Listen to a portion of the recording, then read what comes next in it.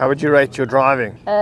Pretty good. Strong point of your game? I'd say if anything I hit it too high. I'm not trying to hit it there. It's all right. What would be your shot shape? What? I mean, I like to hit it straight or a little draw. Okay. Which I'm definitely not doing right now.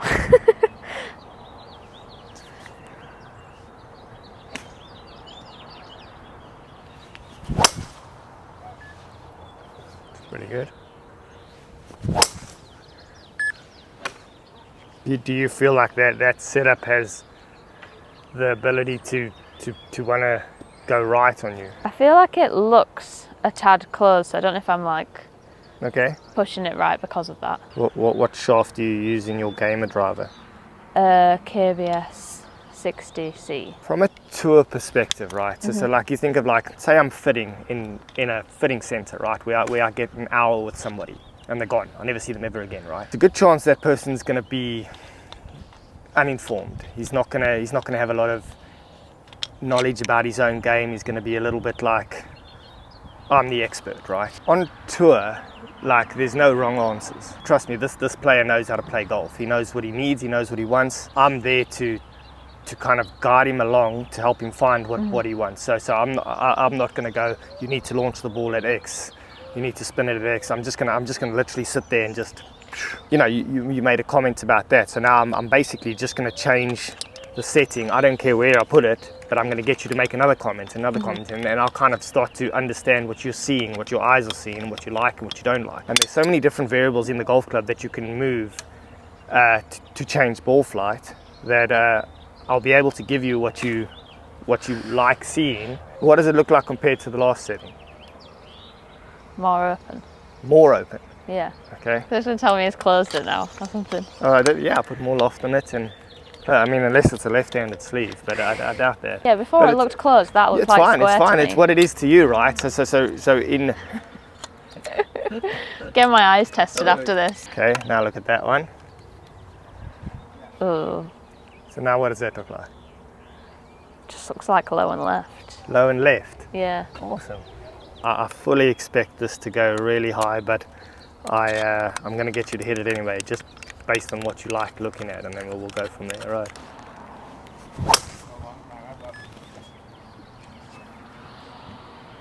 It did go very high. How high is too high? Too high is when the ball launches high and spins high.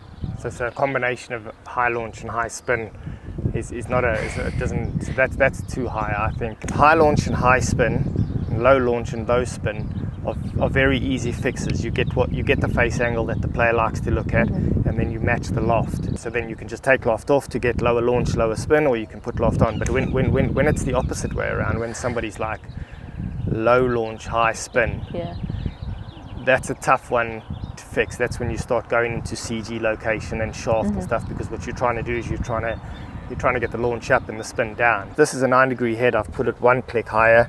This is a 2-degree sleeve. I know that first click on a 2-degree sleeve is close to a degree, so you're playing at least 10 degrees here. Yeah. So you in theory should be playing, I think, like 8.5 to 9 at a face angle which is towards the higher setting of the sleeve. So for you, whatever that looks like doesn't matter to me. I'm looking at the ball flight and the start line, and the fact that you like to hit it straight to a little bit of a draw. I'm going to stick with this head for now, but I'm going to try to get you a low lofted head so that we can put loft on it. Wow, that would be all face angle there. It's got loft in it. It's not that it's spinning. I'm not cheating it by just cranking down the loft. I'm giving you a face angle which gives you a more of what I would say is like a flush strike. We call it a glancing blow. If the face angle's not right, the ball's glancing off the face, which is why too much loft gives you, it's like in the other way. So what I'm trying to do is I'm trying to give you like if you call it like a punch, like a straight punch onto the golf ball, which then would equate into ball speed and a consistent spin rate. That was a pretty decent shot for you. What did you think of the launch angle and the window that the ball came out of? A lot better, yeah. Yeah, just to tell you, that launched the same as the other way, but it's the spin rate which made it look like it's just going forward. Yep. That was very toey. put this shaft in there. So how long would you have used this shaft for? Years, eh? Yeah. I had a little switch in the middle and then I switched back. What about the length of the golf club? Do you ever look at that? I have had shorter shafts in the past, but sometimes what's quite hard is when you go to a fit you can't actually hit it. You can't actually see what it's going to be like. Yeah, centerness of strike would be your indicator there. You know, if you're hitting the face of the club like a little like too wide a dispersion, then as you start to go shorter you start to get a tighter dispersion, so that's like a nice indicator. Very solid hit. I want to change the setting on that. Does that feel heavier, the shaft, than the previous one you were hitting? Well, I know it's heavier, so yeah. Yeah, but does it feel like No. The weight of the shaft? How do you feel that kind of helps you? I feel like if it's heavier I can like control it better, otherwise I just more in rhythm. end up all over the place. You're more in rhythm, so you need to use the heaviest shaft that you can use. Yeah. Until you start to lose speed. Pretty much, yeah. So that, you know, like weight is very much dictated, but if you get like right on the edge of this is heavy, but then you're looking at the ball speed numbers and all these numbers and they're all as high, that's good because you're balancing rhythm and you're not giving up performance. I would much rather like on the course have something and know I can hit it really hard than have to try not to hit it hard. Because some people need the golf club to control them, which is weight, and some people need to control the golf club. Yeah. Again, which is weight, and the lighter the weight is, the more you can move it around, and the heavier the weight is, the more it kind of keeps you in check. Oh. How does that look? How does that look when you put it down? Yeah, good. Yeah. I think something to take away from this is the fact that you're very sensitive to face angle, left to right face angle and the lie angle, because the lie angle also, you know, dynamically it changes face angle as well. So one fitter could change, just purely create like offset for you, or another fitter could really change the lie angle for you, and they'll both do the same thing, but just be aware that that's going to help you. When we do like reviews and stuff, because people send like stock stuff. Yeah. So say they send a 10.5 and I'm like, well, I have to knock this down because it's too much loft. It's going it's the wrong way, yeah. It's the wrong, you need low loft and you need to bring it up. So you need, which is cool. It's cool to, and it's gonna help you with your prediction of where you want not to miss it, and that solid strike. I mean, as soon as we change the face angle on this driver, your strike has been way better, right? I just need someone to come out with like a 5-degree head and then I can loft it up to like... and a 6-degree sleeve. Yeah. So good. Wow. So really good. It's taken us 15 minutes for me to figure that out. That's basically the variable that makes you tick. It could have been like, if that didn't work, then we would have opened it and we would have started moving the CG. We would have started doing, you know, the other variables. What's really good about this is the club's quite neutral, with a neutral setting, so there's no extreme in this, which means as you kind of go onto a golf course, in a tour environment, I would walk on the golf course now. Now I would go with the player and I'm on the golf course with him, we're watching him hit different shots off different tees. And because the club is set up so neutral, we can now start to really fine tune, like we're talking, you know, that drew a little bit too much, a few times too many. Okay, perfect. Let's move this. You know, this reminds me of a Scottie Scheffler situation where he's just a phenomenal driver of the golf ball, and you watch him hit 2 drivers on a golf course. That's what they like. So you're walking up, that's one driver and that's the other driver, and we're looking at it. Okay, and like that one's a bit too far. Yeah, and then on the next hole, it's like okay, which one do you like? You know, which is better? But he will then tell you, I feel that with this one this is happening, and I feel that with this one this is happening. So this could be 12, 13 holes into the practice round where you like, you know, you just don't know, and then he'll say something like, I feel that one's spinning a little too much. you get out the weights and you start to move the CG, and then all of a sudden it's like that, one shot, and then the next shot they're close, and the next one, but then you start to see a pattern. Yeah. And then you start to see him like gravitating towards a driver which he knows is a fraction better, and away he goes. And that's funny that actually happened. It happened last year when he got into the original Stealth, and then this year at Waste Management, and he goes on and wins the tournament.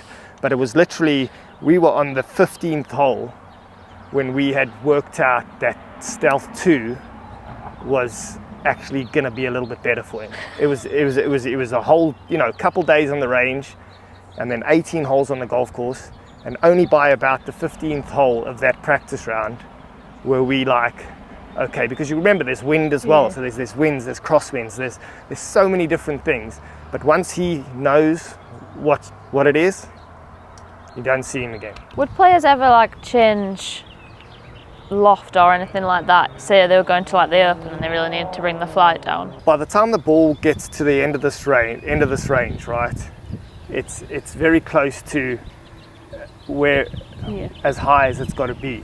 So the spin rate would dictate going through the wind a lot more than the launch angle, as long as it's within reason. So you're more likely to move the CG forward to create lower spin, which will then help the ball, because loft is your friend. Loft is forgiveness in theory. So just bringing the spin down with CG, I think will help the player still looking at what he likes to look at. The player still, feeling what he likes the feel of. I mean, the centerness of strike is so good with these players that I sometimes feel that the MOI, which is the forgiveness off center, is a lot more needed at like a recreational level than at a tour level, where those guys are, their centerness of strike is so good that the MOI is it's helpful, but not as much. Not as needed. Yeah, not as needed as the guy who hits it way out the toe and way out the heel. So where would your miss strike be? Is it more heel or more toe? Toe. Toe in general. Yeah. Why do you think that is? Because I'm not a tour pro. but it's consistent, right? Yeah. So that's another fitting variable that I think is important to look for when you're working with any player. Is consistency doesn't necessarily mean hitting it straight from shot one. Yeah. Consistency means, like, if somebody was hitting it 20 yards right again and again and again, and they were hitting it at the same two spots. The reason I say two spots is because I would say middle is always one spot, and either a little bit heel or a little bit toe would be, if there's three spots, you've basically got to fit one spot out of it. So you left with, no matter where the ball's going, so you can, and then you find inconsistency in something that you can then fix. But if there's no consistency in what can you fix, right? Whatever it is that you can find in being consistent, it doesn't matter. Even if somebody's like blocking it 40 yards right, find that. Make that happen with the heavier shaft and the make that happen, and make it happen consistently, and then dial them in from there.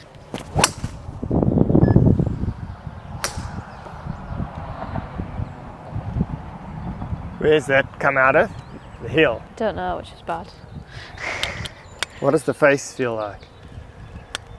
It felt pretty good. What do you hit your fairway woods like? Are you a good fairway wood player? Quite sweepy. Yeah. I like a wood. Yeah. Would you say you're a high spin player or low spin player? Like, do you always, is your miss high spin or is it low spin? No, usually my bad shot with driver is like a left that doesn't spin. That doesn't spin. But then I can think, I don't really want to do that now, and then. Yeah. So it's like, it's probably back to what you said, where trying to hit it straight is not a good idea. You should try and, you just don't want to miss it. Where would you prefer your miss to be, left or right? I'd rather hit a draw than a cut. I'm quite interested to see what happens when I put this the other side. I want to see.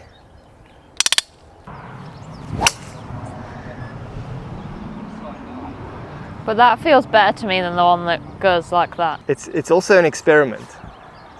You know, the fitting's not a science. I don't think it's a science. I put that weight in the heel, your strike moved to the heel.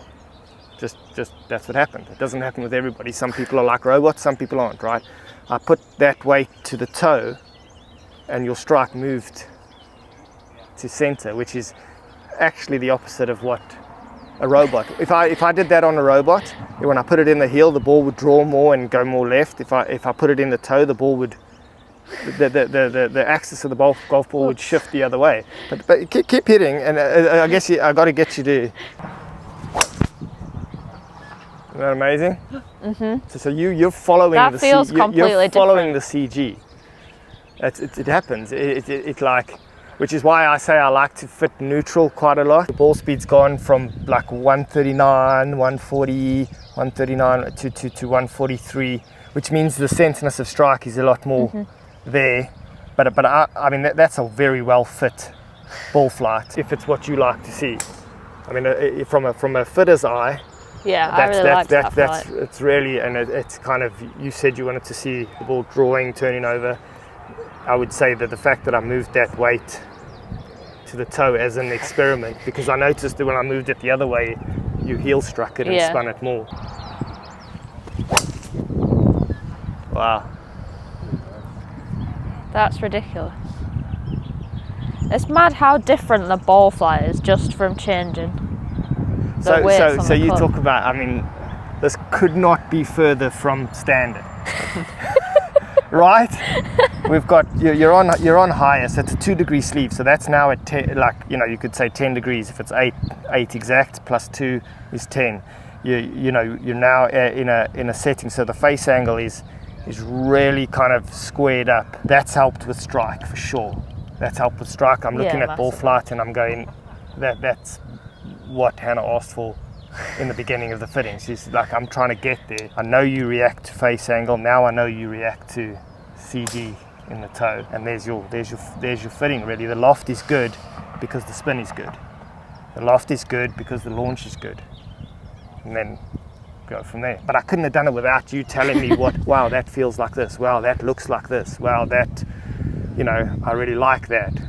We don't like a heel strike. You said it. You know, all these things you got to like just. And the second you see something that you don't like, you don't even hit a second shot. There's no reason to. You just change it.